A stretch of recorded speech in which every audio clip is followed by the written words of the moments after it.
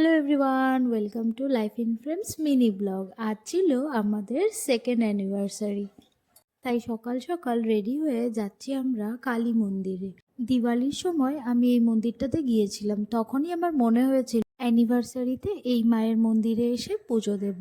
এটা হচ্ছে মালিগাঁওয়ে কালীবাড়ি। আমরা আগের দিনই মায়ের ভোগ নিবেদনের জন্য যা যা সামগ্রী লাগে সেগুলো করে দিয়েছিলাম, আর আমাদেরকে পুজোর সময়টা বলে দিয়েছিল। সেই সময় অনুযায়ী আমরা এখানে চলেও এসেছি। যখন পুরোহিত মশাইয়ের সাথে আমরা কথা বললাম, তখন উনি বললেন যে আমরা যদি কিছু খেয়ে না এসে থাকি তাহলে অঞ্জলি দিতে পারবো। আমরা যেহেতু শুধু গ্রিন টি খেয়ে গেছিলাম, সেজন্য উনি বললেন কিচ্ছু হবে না, তোমরা অঞ্জলি দিতে পারবে। ব্যাস, তারপর আমরা অঞ্জলিটাও দিয়ে নিলাম। কি ভালো লাগছিল মনটা ওখানে বসে। আর এই যে মায়ের চরণের একটু ফুলও উনি দিয়েছেন। ওখানেও ওনারা প্রসাদ বিতরণ করছিলেন, আর তোমরা চাইলে নিয়েও আসতে পারো। যারা আগের দিন ভোগ দিয়ে দেয় তাদের ভোগটা ওনারা এভাবে করেই প্যাকেট করে দিয়ে দেয়। আজকের ব্লগটা তোমাদের কেমন লাগলো অবশ্যই কমেন্টস করে জানিও কিন্তু। Bye bye.